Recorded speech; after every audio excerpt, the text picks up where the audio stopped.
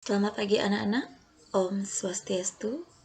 Nah, dalam pembahasan kita kali ini, kita akan membahas mengenai konsep Awatara, Dewa, dan Batara dalam agama Hindu. Adapun tujuan dari pembelajaran ini adalah agar kalian dapat menjelaskan tentang pengertian serada, kemudian menjelaskan mengenai konsep Awatara, Dewa, dan Batara.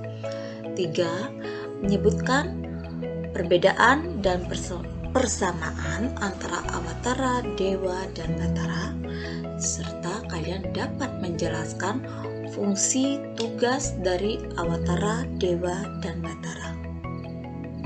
Ya. Nah, berikut adalah peta konsep dari pembahasan kita kali ini. Nah, lanjut. Nah, sebelumnya kalian menjadi umat beragama Hindu, kalian pastilah harus rajin sembahyang. Ya, harus rajin sembahyang. Nah, bagaimana kalian bisa rajin sembahyang kepada Ida Sang Hyang Widi Wase jika kalian sendiri tidak percaya dengan adanya Ida Sang Hyang Widi Wase? Kalian tidak percaya akan adanya Tuhan. Bagaimana kalian bisa melakukan persembahyangan itu jika kalian tidak percaya bahwa Tuhan itu memang ada? Ya, jadi yang pertama yang harus kalian yakini itu bahwa Brahman atau Ida Sang Hyang Widi Wase itu benar adanya, dan kalian yakini benar-benar, dan kalian pegang teguh keyakinan itu. Nah, perhatikan gambar ini. Seumpama kalian dilahirkan dengan badan yang tidak sempurna, kalian cacat,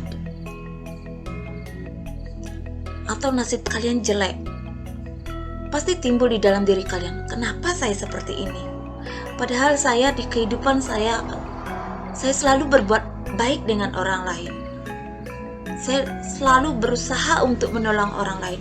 Tetapi kenapa nasib saya seperti ini? Ya, kenapa saya bisa seperti ini? Kenapa saya tidak bisa menjadi orang lain dengan bekerja dia menjadi sukses, dia memiliki anak-anak yang baik, tetapi kenapa saya bisa bernasib seburuk ini? Ya, nah jika kalian tidak yakin dengan adanya Pancasrada, tentunya kalian akan menyalahkan diri sendiri, kalian akan menyalahkan keluarga kalian, kalian akan menyalahkan Tuhan. Tuhan jahat. Saya sudah berbuat baik, tapi kenapa Tuhan memberikan saya nasib seburuk ini? Dan akhirnya karena kalian menyalahkan Tuhan, akhirnya kalian menjadi salah jalan. Saya berbuat baik pun saya tetap menerima nasib seperti ini.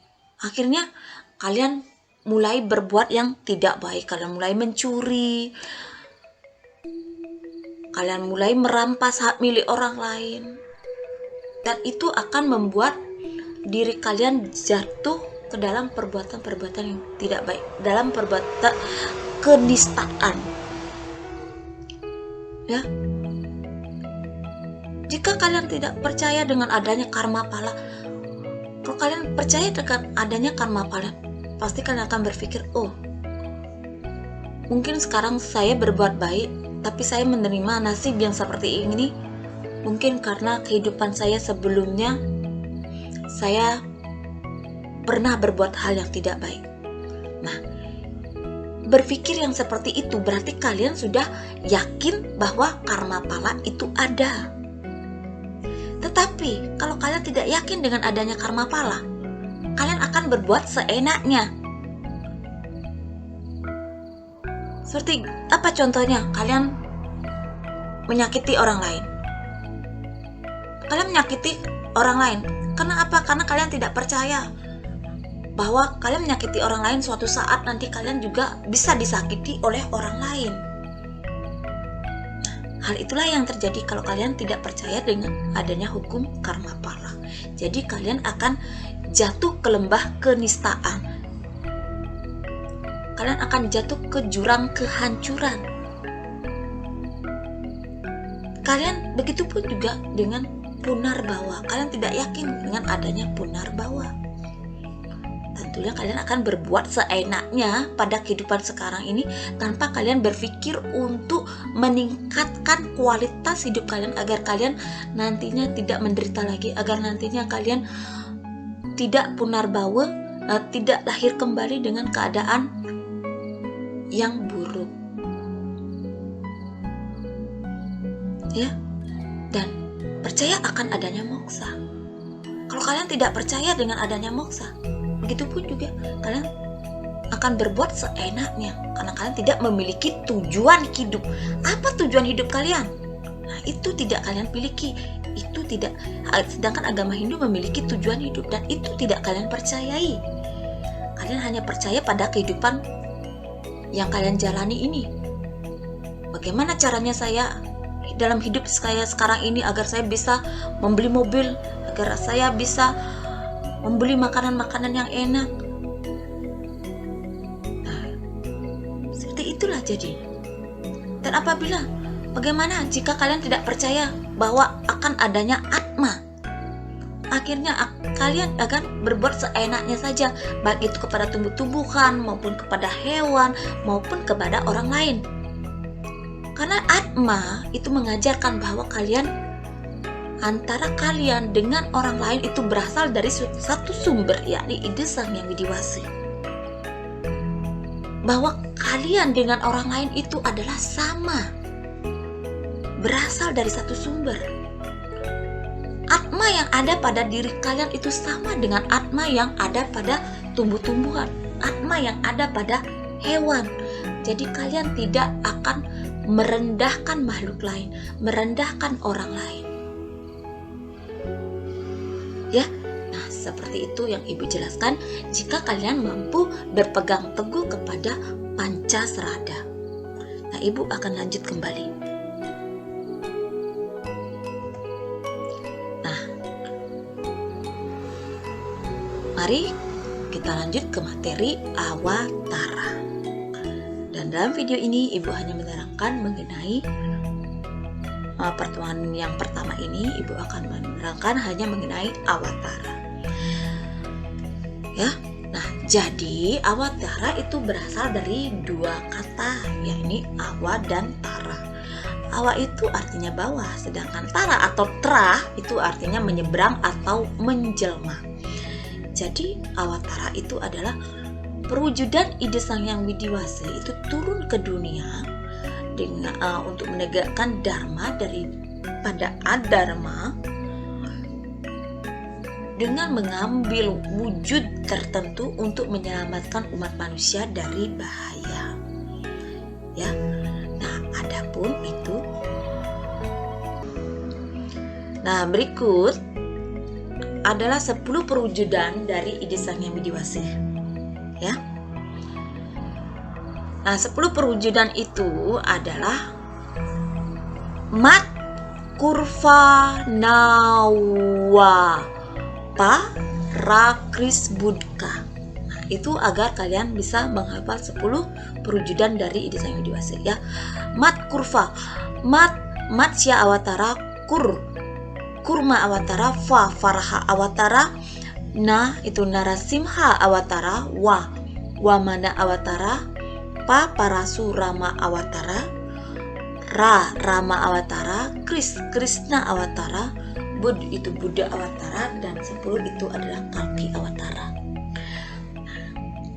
Matsya awatara ya. Nah, itu adalah perwujudan ide Sang Yang Widiwasi menjelma menjadi sebuah ikan yang maha besar. Nah, perwujudan ikan yang maha besar ini terjadi pada zaman Satya Yuga. Ingat ya, ada 4 masa, yakni Satya Yuga, sudah itu Treta Yuga, Dwapara Yuga, dan Kali Yuga. Dan kita sekarang ini memasuki zaman Kali Yuga. Nah, Matsya Awatara ini terjadi perwujudan di Sang Yang Widi itu menjelma pada masa zaman Satya Yuga. Ya, nah dia di sana memiliki tugas itu untuk menyelamatkan benih manusia agar tidak punah. Kemudian Kurma Awatara, yakni perwujudan Ida Sang Hyang Widi Wasa, yakni Dewa Wisnu. Kenapa Dewa Wisnu? Karena Dewa Wisnu itu adalah sebagai pemelihara, dia sebagai penjaga keseimbangan dari dunia ini. Ya, maka Dewa Wisnu lah yang turun menjelma ke dunia. Nah, Kurma Awatara yakni perwujudan Dewa Wisnu sebagai kura-kura raksasa. Ya, nah ini terjadi pada masa zaman Satya Yuga. Nah, ini pada saat pemutaran gunung Mandaragiri agar gunung tersebut tidak sampai tenggelam karena gunung itu diputar. Ya, nah ini terjadi pada saat pencarian Tirta Amrita. Sudah itu Varaha Awatara, ya. Nah, Dewa Wisnu itu mengambil wujud sebagai sebuah badak yang besar. Nah, hal ini terjadi pada zaman Satya Yuga. Kemudian Narasimha, nah, wujud manusia berkepala singa. Nah, itu tujuannya adalah untuk membunuh Raja Hiranyakasipu. Hiranyakasipu ini adalah tokoh Adharma. Nah, itu terjadi juga pada zaman Satya Yuga. Kemudian Wamana Awatara.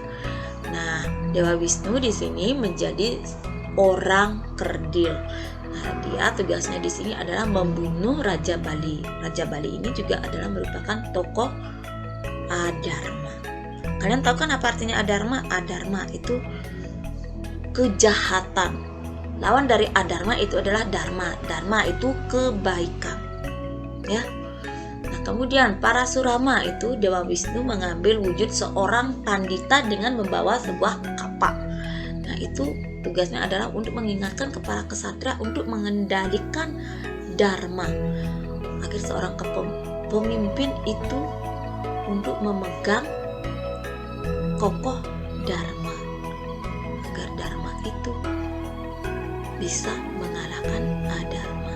Nah, itu terjadi pada zaman Treta Yuga. Kemudian Rama Awatara. Nah, Dewa Wisnu itu mengambil wujud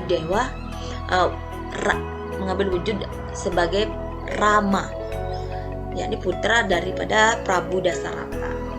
Nah, dia itu di sana diceritakan membunuh Rahwana, ya. Nah, Rahwana juga itu adalah seorang tokoh Adharma. Dan ini terjadi pada zaman Treta Yuga. Kemudian Krishna Awatara. Nah, dia adalah, nah ini terjadi di kisah Mahabharata, ya. Nah, Krishna itu adalah putra dari Prabu Wasudewa dengan Dewi Dewaki untuk menghancurkan Raja Kamsa dan Jarasandha. Nah, dia merupakan tokoh Adharma. Ini terjadi pada zaman Dwaparayuga. Kemudian Buddha Awatara. Nah, Dewa Wisnu itu mengambil wujud Buddha. Buddha adalah putra dari Prabu Sudodana dengan Dewi Maya. Ya, nah dia bertugas untuk menyadarkan manusia agar terbebas dari penderitaan itu dengan melalui jalan tengah di antara kedelapan cakram, yakni putaran hidup. Nah, ini terjadi pada zaman Kali Yuga. Kemudian yang Awatara yang ke-10, nah ini adalah Kalki Awatara. Entah dia Kalki Awatara ini sudah turun atau belum, itu tidak tahu ya. Yang pasti ini Kalki Awatara ini akan diperkirakan turun itu pada zaman Kali Yuga, sedangkan kita ini sudah memasuki zaman Kali Yuga. Nah, di sini beliau akan melawan Adharma ketika Adharma itu memang sudah merajalela di dunia. Nah, jadi ingat ya anak-anak bahwa Ida Sang Hyang Widi Wasa itu mengambil perwujudan tertentu untuk turun ke dunia itu pada saat Adharma itu sudah merajalela dan manusia itu terancam dalam bahaya. Maka saat itulah ide Sang Hyang Widibasa, yakni manifestasinya sebagai Dewa Wisnu, itu akan turun ke dunia sebagai wujud awatara. Nah, anak-anak, sampai di sana penjelasan Ibu mengenai konsep awatara, dewa dan batara, di mana pertemuan Ibu yang kali ini Ibu menerangkan itu mengenai konsep awatara. Semoga kalian bisa mengerti dengan apa yang Ibu jelaskan barusan. Nah, untuk akhir kata Ibu aturkan Paramasanti. Om Santi Santi Santi.